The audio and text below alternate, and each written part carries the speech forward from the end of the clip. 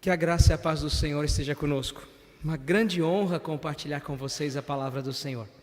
Aos nossos irmãos que acompanham pela internet, sejam também muito bem-vindos, ainda que à distância, e que a boa palavra do Senhor alcance o coração de vocês. Nosso texto já foi divulgado, é Daniel capítulo 1, do verso 1 ao verso 7. Peço aos irmãos que abram o texto da palavra do Senhor no livro do profeta Daniel. Este homem que é conhecido pela sua fidelidade. Que homem extraordinário pela sua capacidade de servir a Deus em meio a uma nação ímpia, que colocou tanta pressão sobre ele e seus companheiros, para que servissem a falsos deuses. Nós já vimos isso. Foram lançados na fornalha, mas continuaram fiéis. O livro de Daniel nos dá esta orientação, que a fidelidade é recompensada pelo Senhor. Mas de maneira especial, hoje nós faremos essa leitura, observando o livro de Daniel e a pessoa de Daniel, para um olhar diferenciado, que diz respeito à educação que ele recebeu, no lugar onde ele foi levado como escravo. Ele verdadeiramente enfrentou um desafio intelectual. Hoje é o dia dos professores. Qual a importância de um professor numa nação? Qual a importância de um educador numa nação? Qual a importância de uma cultura cristã numa nação? Como é que Satanás, com as suas astúcias, lança suas garras para tentar roubar aquilo que pertence ao povo de Deus e, quem sabe, ferir também intelectualmente aqueles que andam com o Senhor. É esse o nosso objetivo nessa noite, quando nós nos propusemos a falar sobre o fronte do desafio intelectual. Então já comece a leitura desse texto observando isso. No ano terceiro do reinado de Jeoaquim, rei de Judá, veio Nabucodonosor, rei da Babilônia, a Jerusalém e a sitiou. O Senhor lhe entregou nas mãos a Jeoaquim, rei de Judá, e alguns dos utensílios da casa de Deus. A estes levou-os para a terra de Sinear, para a casa do seu Deus, e os pôs na casa do tesouro do seu Deus.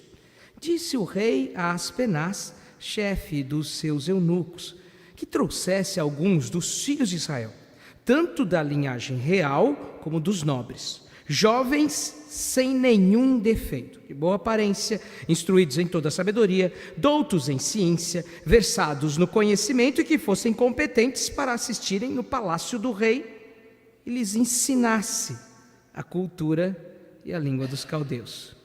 Determinou-lhes o rei a ração diária das finas iguarias da mesa real e do vinho que ele bebia, e que assim fossem mantidos por 3 anos, ao cabo dos quais assistiriam diante do rei. Entre eles se achavam dos filhos de Judá, Daniel, Ananias, Misael e Azarias. O chefe dos eunucos lhes pôs outros nomes, a saber, a Daniel, o de Beltesazar, a Ananias, o de Sadraque, a Misael, o de Mesaque, a Azarias, o de Abdenego. Até aqui. Senhor, fala conosco nesta noite, para que entendamos aquilo que enfrentamos ainda em nosso tempo, pois certamente o texto da Tua palavra já lido é para nós instrução em todas as épocas. A Tua verdade é absoluta e não conhece tempo, não conhece nenhum tipo de degradação, muito pelo contrário, ela é sempre a verdade do Senhor em todas as épocas. Fala conosco, em nome de Jesus que nós oramos. Amém. Na última semana passada, ou na semana anterior a esta, nós tivemos num importante jornal de circulação nacional, uma entrevista entre os 2 candidatos à presidência, e o assunto era educação. E cada um deles estava ali propondo qual seria a sua meta a ser alcançada se fosse porventura eleito. E um dos candidatos foi bastante criticado nas suas afirmações, porque ele disse o seguinte: bom, se eu por acaso eu for eleito, eu vou expurgar Paulo Freire da educação. Bom, quando ele disse isso, as pessoas já imediatamente se posicionaram. E acharam tudo aquilo um grande absurdo. e questionaram e reclamaram, pois ele é o maior nome da educação. Não tenho dúvida que ele seja o maior nome da educação, mas a questão é: quem é esse homem de fato? Quem é o gigante onde ele apoia-se para poder ver mais longe? Como bem disse Isaac Newton, todos nós somos anões no ombro de um gigante. Quem é ele? Será que a construção que ele fez da educação é neutra? Será porventura que a sua proposta pedagógica é destituída de elementos religiosos? Bom, isso é impossível, não existe neutralidade. Todo ser humano tem um coração que pulsa, e esse pulsar do seu coração é sempre religioso. Bom, se esse candidato vier a ganhar as eleições, eu não sei se ele vai conseguir tirar de fato este grande pedagogo do seu lugar de destaque na sociedade, porque ele já está enraizado nos cursos universitários. Mas certamente ele vai despertar em nós uma pergunta muito importante: por que este homem merece críticas? O que você tem diante dos seus olhos é o texto de uma nação que agora é levada como escrava para outra nação, e aí então agora tem que passar por uma nova educação. Terão um novo pedagogo, terão uma educação completamente diferente que eles receberam, uma educação nova, uma educação que vai de fato se chocar com o que receberam dos seus pais, da sua família, da linhagem daqueles que nós chamamos de hebreus, judeus ou povo de Deus. O texto que você acabou de ler conta a história do reinado de Joaquim, e quando Nabucodonosor, esse tão poderoso rei, veio com o seu exército, sitiou Jerusalém, e então o Senhor os entregou nas mãos deste rei. O Senhor entregou Israel. Deus é soberano, Ele sabe exatamente o que Ele está fazendo. Nada é por acaso, absolutamente nada, e Daniel sabe disso. Olha, nós não estamos passando por esse sofrimento porque o Senhor por acaso não estava observando, ou em algum momento o Senhor não percebeu que Nabucodonosor estava chegando. Não, o Senhor sabia exatamente. Ele sabe exatamente onde você está, Ele sabe exatamente qual é a sua tribulação. Neste caso, a nação de Israel precisava passar por isso. A idolatria tinha se enraizado nesta nação, uma terrível idolatria que se espalhou no tempo de Manassés. E mesmo as reformas de homens e de reis piedosos não conseguiram eliminar totalmente a idolatria. Então agora eles têm que passar pela disciplina.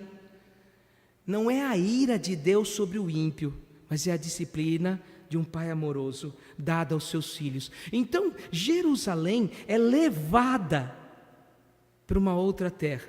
Nós estamos falando aqui do ano 605 aproximadamente. 3 investidas foram feitas, 605, 597 e finalmente 586. Essa daqui é muito importante para nós, porque é a primeira investida, essa é a primeira leva de cativos. E agora Nabucodonosor, em toda a sua habilidade de homem de guerra, mas também de conquistador, ele sabe que essa primeira investida é fundamental. Ele não quer só vencer a nação de Israel, ele quer apagar a nação de Israel do mapa, e ele precisa de uma estratégia muito bem definida. Ele é um homem que sabe muito bem como fazer as coisas, não é à toa que chegou nesse alto cargo, se tornou o homem mais importante do mundo da sua época. Ele sabe que precisa destruir Jerusalém, ele precisa arrasar Jerusalém, e ele tem que tocar em 3 elementos que são essenciais na nação de Israel. E essa Babilônia que nós temos aqui, não se esqueça, não é apenas uma terra, não é apenas um lugar geográfico. Babilônia, nas Escrituras, aparece lá em Apocalipse como sendo parte da trindade satânica. Sim, tem uma trindade satânica, as 2 bestas e o dragão. E a Babilônia faz parte dos planos satânicos. A Babilônia faz parte desses planos que querem seduzir as nações. Em Apocalipse nós ouvimos que Babilônia é muito mais do que uma terra, mas é verdadeiramente um poder opressor do pecado que quer tomar conta de todas as coisas. A sua mão, em suas mãos, ela traz a taça da prostituição, da idolatria, do engano. Ah, Babilônia, terrível Babilônia, precisa ser derrotada. Em Apocalipse nós ficamos sabendo que ela precisa cair, ela tem que cair e ser derrotada, pois esta nação seduziu a muitos. Então não se engane, nós não estamos falando apenas de um local, nós estamos falando de alguma coisa muito maior. Nabucodonosor, a própria Babilônia representam toda a opressão do pecado neste mundo. Este lugar que é caído e manchado pelo pecado, este lugar quebrado, é o lugar onde a Babilônia atua. Então, quando você observa esse texto, você nota que nós temos muito mais aqui do que apenas uma narrativa histórica. Nós temos uma narrativa histórica, mas com efeitos espirituais, que ultrapassam tempos e épocas. A Babilônia vem contra Jerusalém e ela quer tomar essa nação. E ela então estabelece estratégias de guerra. E a primeira delas é afetar a adoração. Diz o texto que o Senhor entregou nas mãos de Jeoaquim, ou nas mãos do rei da Babilônia, o rei Jeoaquim, o rei de Judá, e alguns utensílios da casa de Deus. Então Nabucodonosor levou-os para a terra de Sinear e colocou na casa do seu Deus, e o pôs na casa do tesouro do seu Deus. Que utensílios são esses? Bom, nós ficamos sabendo que utensílios são esses. Logo depois, no capítulo 5, um outro rei se levanta, Belsazar, e Belsazar dá uma grande festa, e ele manda trazer esses utensílios, e no mesmo momento em que eles pegam esses utensílios e começam a adorar os deuses da Babilônia, imediatamente o Senhor se manifesta, uma mão escreve alguma coisa na parede, e naquele instante o seu reino acaba, porque aí ele foi longe demais. Esses utensílios eram da casa do tesouro de Israel, mas eram utensílios da casa do tesouro para adoração. E agora então Nabucodonosor pega esses utensílios e leva para a casa do seu Deus. Passam a ser uma forma de troféu. Ele leva para a sua casa ou para o seu local onde há muitos troféus e há muitas conquistas. E lá então ele diz: está vendo? Todos esses deuses eu derrotei. Mas quando ele faz isso, ele provoca em Israel um efeito dominó. Israel não podia adorar sem os utensílios. Israel tinha que seguir exatamente toda a lei do Antigo Testamento para que a adoração fosse feita. Quando eles tomam aqueles utensílios, quando eles levam aqueles utensílios, quando eles tiram da casa do Senhor, quem mais agora pode adorar? Não pode. Mas é uma estratégia de guerra. Ataque a adoração. Fira a adoração. Tire do povo de Deus a sua capacidade de adorar. Mostre para o povo de Deus que não vale a pena. Ou mostre para o povo de Deus que a adoração não é tão importante assim. Ou pior, roube deles a adoração. Quando aconteceu a reforma protestante, como era o culto? Como era a adoração? Bom, a igreja dominante tinha deturpado totalmente a adoração. A minha mãe, hoje ela tem 70 anos.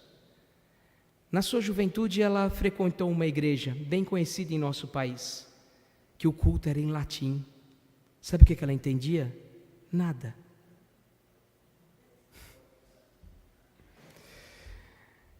O povo de Deus muitas vezes é atacado na sua adoração. Eu era apenas um jovem convertido na cidade de Barretos. E aquele era o meu primeiro culto na praça. E eu fiquei extremamente empolgado com aquilo. Estava eu e minha esposa. Naquela época a gente estava, acho que, recém-casados ou namorando. Nós estávamos empolgados com aquilo. Nós iríamos para a praça central da cidade. E nós faríamos um culto lá, de adoração ao Senhor. E seria maravilhoso. E nós cuidamos de tudo. Eu tocava bateria, ela teclado. Nós somos animados. E nós faríamos algo extraordinário ali.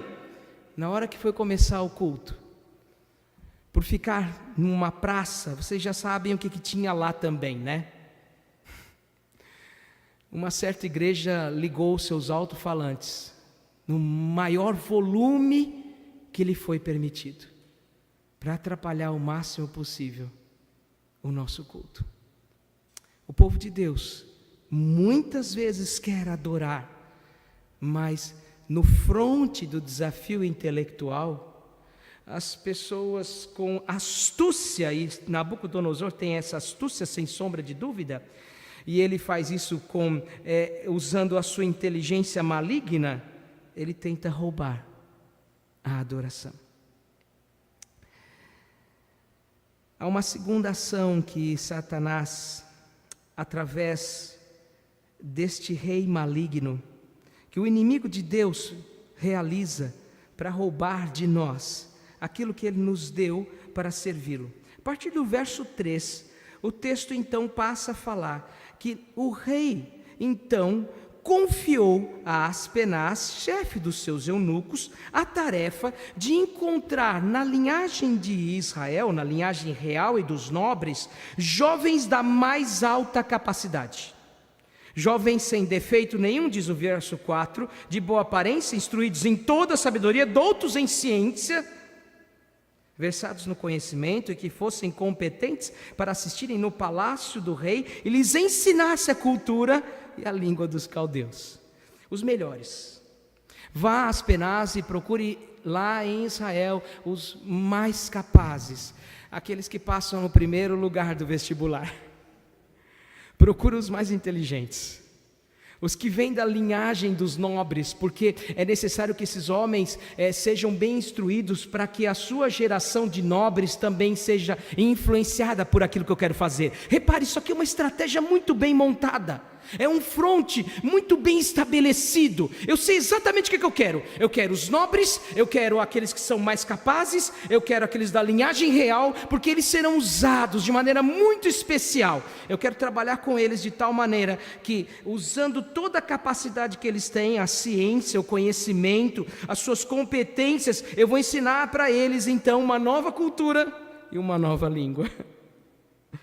Aqui nós temos o auge do desafio intelectual. O povo caldeu, eles tinham uma cultura muito bem elaborada e avançada. Em 1770 a.C., já existia um código chamado de Código de Hammurabi, escrito em letras cuneiformes, algo extraordinário, único. O primeiro a produzir esse tipo de escrita foram eles. Esse código foi todo entalhado na pedra, cuidadosamente elaborado, e tinha todo um código ético para instruir a nação da Babilônia e os seus moradores como eles deveriam viver. Agora, se você olhar para Israel, Israel também tem um código de pedras, escrito pelo dedo de Deus, chamado os 10 Mandamentos. O que Nabucodonosor está fazendo é falando: olha, vamos pegar aquele seu código de pedra, escrito pelo dedo de Deus, e vamos trocar por outro. Vamos trocar o seu código de pedra por um outro melhor. Vou te ensinar uma nova cultura. Isso aqui acabaria com Israel. Ensinar uma nova língua e uma nova cultura seria colocar esses jovens extraordinários debaixo de uma nova cosmovisão. Eles enxergariam o mundo por outras lentes, pelas lentes dos magos da Babilônia, pelas magias da Babilônia, pelo modo de vida da Babilônia, pelo modo como eles faziam as coisas, e não mais pelo modo como Deus faz as coisas. Eles teriam uma instrução completamente nova, para que nunca mais voltassem os seus olhos para as antigas tábuas de pedras que Deus havia dado. Esses jovens estavam aqui porque eles eram os mais brilhantes. E você acha que Satanás mudou a sua estratégia? Ele continua pegando os mais brilhantes, os mais capazes, os mais habilidosos, e ensinando para eles um novo código. Lá em Barretos mesmo eu conheci um rapaz, tocava no louvor, menino brilhante, vinha de uma família cristã, queria fazer medicina, se esforçou e passou, quase não teve dificuldade para passar. Daí ele começou a não vir mais, não tocava mais teclado. As últimas notícias é que nem ia mais à igreja. Acho que ele conheceu um outro Deus, chamado Deus da razão.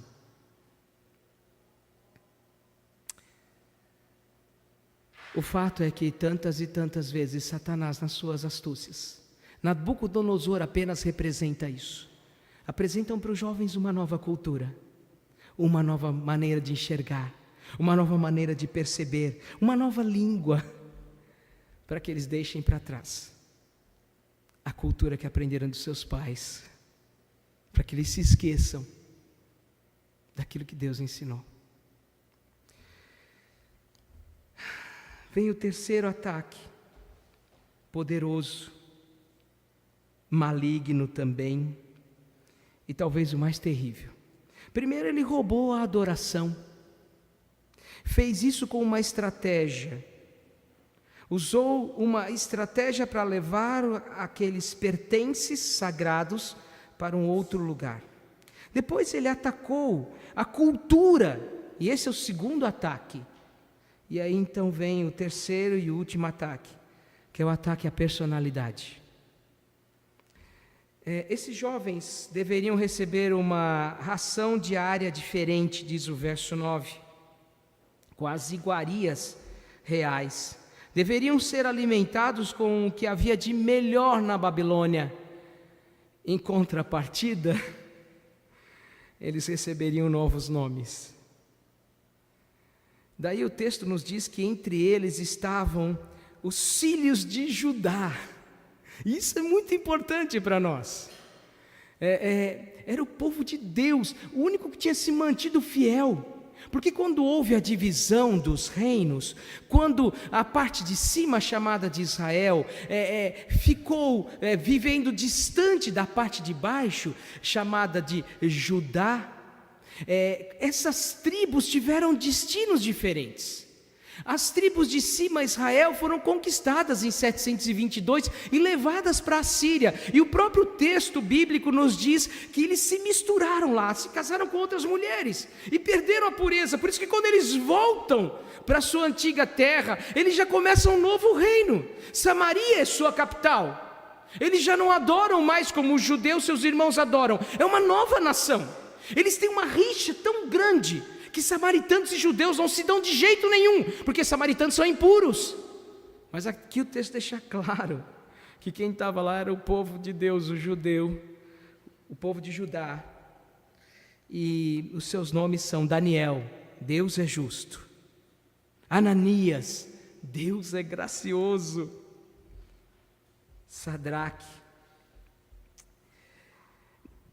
Misael, que significa quem é como o nosso Deus, numa tradução bem livre. E também Azarias, que significa Deus me ajuda. Todos os nomes desses meninos traziam o nome de Deus. Iá, no final, é uma referência a Iavé. E El, todos vocês já sabem, uma referência ao próprio Deus. Eles traziam o nome deles, o nome de Deus. Daí então, Aspenaz coloca outros nomes. Beltesazar, que é uma adoração ao deus Bel ou Marduk, um ídolo. Sadraque, Mesaque e Abdenego, todos deuses ou da Suméria ou da Babilônia. Eles agora recebem novos nomes com ídolos daquele lugar. Você já se imaginou tendo um nome semelhante? Imagina você tendo um nome de alguma coisa que você abomina. Imagina você agora recebendo um novo. Qual que é a idolatria que você mais abomina? Não precisa me contar. Mas imagina você agora sendo rebatizado e o seu nome será dessa abominação. Imagina as pessoas olhando para você nas ruas e te chamando por esse nome que você abomina. Imagina as pessoas olhando para você e o tempo todo te chamando por aquilo que você não suporta, que você sabe que ofende a Deus, que fere a Deus, que machuca a Deus. Mas foi isso que eles fizeram, porque eles queriam atacar a personalidade desses jovens extraordinários, inteligentíssimos, mas que agora receberiam nomes de ídolos, para que a vitória fosse completa de Satanás e não de Deus. Quando eu era bem jovem, eu tinha um apelido. Quer saber qual era? Não vou contar não. É terrível. Nem minha esposa sabe. Hoje nós falamos muito de bullying, que é justamente isso. Eles sofreram bullying. É terrível quando você encontra alguém que traz um apelido que é ofensivo. Nós temos apelidos agradáveis, nós chamamos o nosso filho de Jonatas de Jojo. Eu chamo a minha esposa de Sandrinha. Isso é muito bom, mas nome de ídolos, isso fere. Nós estamos vivendo numa época, meus irmãos, onde muitas pessoas querem trocar os seus nomes. Isso é até bonito, é o nome social. Quero um novo nome. Imagina, eu dou aula na universidade, a gente enfrenta isso todos os dias. As pessoas querem um novo nome. Elas não aceitam o nome que receberam de seus pais, de seus avós, de quem quer que seja. Elas ignoram se esse nome foi dado por alguém temente a Deus. Elas querem um novo nome. Elas querem serem chamadas de uma forma diferente. Que elas querem mudar de personalidade. Aqui, Daniel foi obrigado a fazer isso. É bom que o restante do texto nos diz que Daniel lutou contra isso, né? Ele mesmo fala, aqui quem está escrevendo ou falando é Daniel, também chamado de Beltesazar. As pessoas me chamam assim, mas eu sei quem eu sou. Ele nunca perdeu a personalidade dele, ainda que tenha recebido um duro golpe para que isso acontecesse. Meus irmãos, a história de Daniel é uma história de alguém que teve a coragem de contrariar um mundo que queria roubar dele tudo que ele mais amava. Você continuar lendo o texto, você vai ver aqui nos próximos versículos que Daniel e seus amigos receberam inteligência extraordinária. Verso 17, a estes quatro jovens, Deus deu conhecimento e inteligência em toda a cultura e sabedoria. Repare, eles conseguiram extrair o que era bom daquela cultura, como Moisés fez. Mas como Moisés, eles também rejeitaram o que era contra Deus, como o autor de Hebreus destaca. Mas a Daniel, diz o verso 17, deu inteligência de todas as visões e sonhos. Ele nunca foi Beltesazar, ele sempre foi Daniel. E sempre será. Porque no final das contas, meus irmãos, nosso nome está escrito no livro da vida e ninguém pode mudar isso. Esse texto é fantástico para a gente entender o que nós enfrentamos hoje. Nós enfrentamos um mundo onde a Babilônia ainda tenta roubar de nós a adoração. E ela vai fazer isso de muitas maneiras. Você não tem tempo, você está cansado demais, você precisa descansar, ou é longe demais, você já foi uma vez, ou coisa do tipo. Há muitas estratégias satânicas para que a adoração fique em segundo lugar. E se possível você nem participe dela. A adoração é fundamental, essencial para a nossa vida. Aliás, esse texto tem um papel muito importante, porque todos esses homens, eles são apenas tipos de Cristo, mas Cristo Jesus abriu o caminho para que nós fôssemos verdadeiros adoradores. Ninguém pode roubar de nós os utensílios da casa do Senhor, porque Jesus procura adoradores que o adorem em espírito e em verdade. Ninguém pode roubar isso de você, ninguém pode tirar. Alguém não pode roubar de você isso, não pode, porque agora você adora em espírito e em verdade. Se alegre com a adoração, se alegre. Satanás cochicha em nosso ouvido, tentando roubar de nós a adoração, mas ninguém pode tirar de você o que Jesus te deu. E Ele espera que você seja um adorador em espírito e em verdade, porque isso ninguém pode roubar de você. Não importa onde você esteja, o Senhor está com você.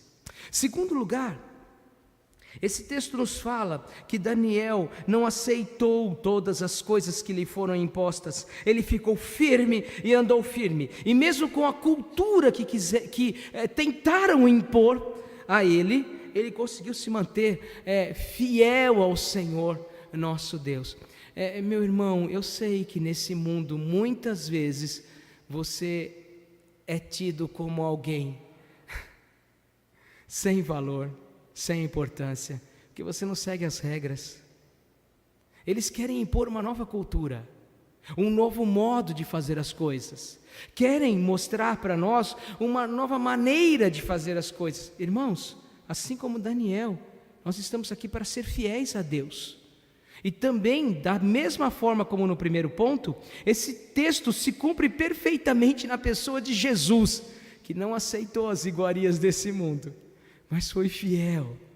E mesmo sendo tratado como um marginalizado, crucificado como um marginal, na verdade ele é o Rei dos Reis. Então, confia no Senhor. Quando quiserem te ensinar outra coisa, pergunte: ei, mas o que Deus ensina? Qual é a verdade de Deus? Onde está a verdade absoluta? Está nas Escrituras. O que ela diz? Não importa se os tempos mudaram, não importa se as pessoas hoje são diferentes, não importa essa ladainha, essa balela de que as coisas já não são mais como no tempo dos nossos pais. A verdade de Deus é absoluta. Ela é verdade no tempo de Moisés, ela é verdade no tempo de Jesus, ela é verdade hoje.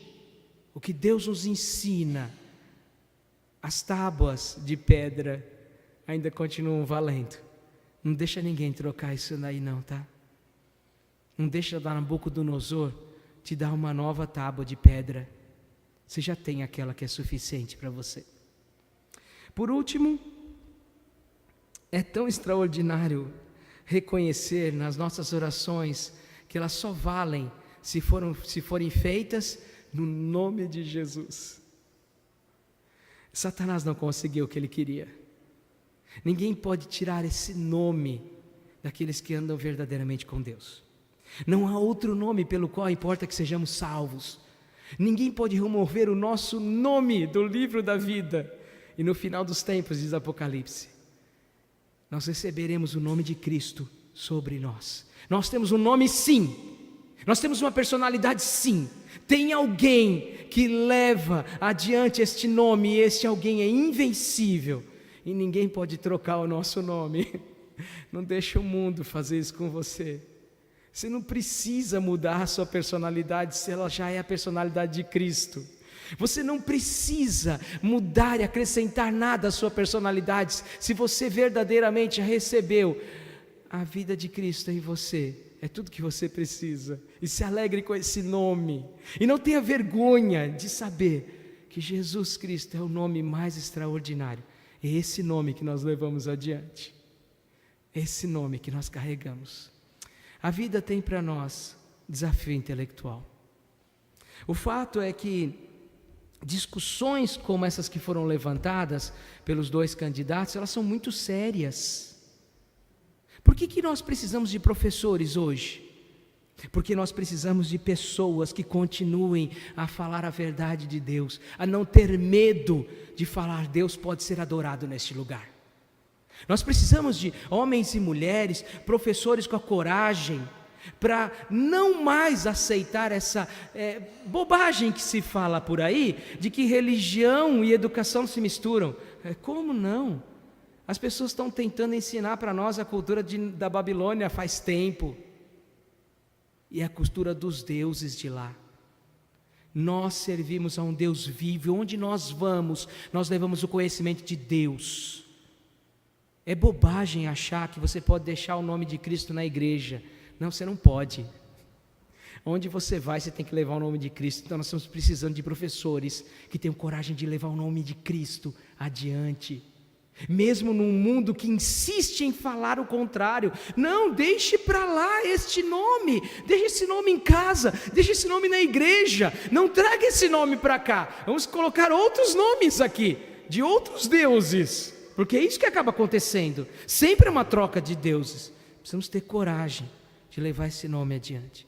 Dia dos Professores, 15 de outubro, é um dia essencial, porque fala de pessoas que verdadeiramente podem ser usadas por Deus, e de outras que de maneira tão astuta são usadas por Satanás. Que Deus nos ajude a ter a coragem de adorar a Deus em todos os lugares. Que Deus nos ajude a ter a coragem de falar: sim, eu tenho uma cultura cristã, e eu amo aquelas tábuas da lei, e ninguém vai trocá-las. Que a gente tenha a coragem de falar: sim, meu nome é o nome que eu recebi de Deus. Veja o privilégio que eu tenho, meu nome é José. Que extraordinário isso, que personagem fantástico das Escrituras. E eu não quero trocar ele. Aliás, a gente tem que ter coragem de saber quem nós somos e qual é o nosso nome. E o nome de Cristo que nós carregamos no mundo que muitas vezes odeia esse nome. Você está pronto para o desafio? Tome as armas das Escrituras. Faça como Daniel. Eu não quero nada desse mundo. Não quero as suas iguarias. Eu quero o que Deus me dá, porque isso é meu alimento mais importante. Que Deus te abençoe. Que você seja forte para enfrentar esse grande desafio que está diante de nós, com a graça de Cristo. Vamos orar? Feche os seus olhos. Senhor, tudo que acontece ao nosso redor, certamente diz respeito ao Teu reino e às coisas que envolvem o Teu nome. Não permita, Senhor Deus, que aceitemos o que esse mundo nos propõe, de fragmentar as coisas, dividir as coisas, separar as coisas. Tudo é Teu, Senhor. Tudo pertence ao Senhor, mesmo que esse mundo ímpio não aceite isso. O Senhor é o grande Criador. E as pessoas não precisam aceitar o Teu nome para que o Senhor exista. O Senhor é quem é, ou Tu és quem de fato Tu és. Agora, Senhor, em nome de Jesus, dá-nos a alegria de enfrentar as coisas deste mundo maligno, de tantas e tantas vezes onde a Babilônia se levanta contra nós, tantas e tantas ocasiões em que Satanás lança suas setas. Senhor, dá-nos força para enfrentar esse desafio, que também é intelectual, pois Satanás usa as suas astúcias de guerra para tentar roubar de nós a adoração, o conhecimento e a cultura que o Senhor nos deu e quem sabe, até o próprio nome que recebemos do Senhor. Ajuda-nos a levar adiante o nome de Cristo, a viver debaixo dos cuidados da cultura que a Tua Palavra nos ensina, das verdades que a Tua Palavra nos ensina, dos valores que emanam dessa verdade, e ajuda-nos, ó Deus, a adorar o Teu nome com fidelidade, para que o Senhor seja engrandecido. Em Cristo Jesus nós oramos. Amém.